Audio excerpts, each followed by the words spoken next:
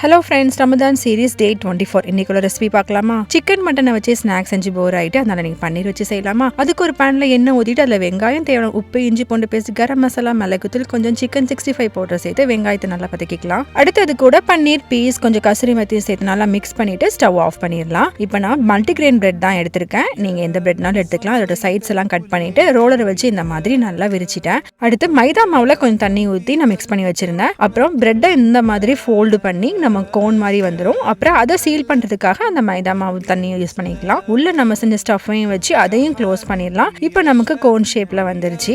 இதை நம்ம அப்படியே திருப்பியும் மைதா மாவில் கொஞ்சம் டிப் பண்ணிட்டு அப்புறம் பிரெட் கிரம்ஸ்லேயே போட்டு நல்லா ஃபிளிப் பண்ணிட்டு நம்ம எடுத்துடலாம்.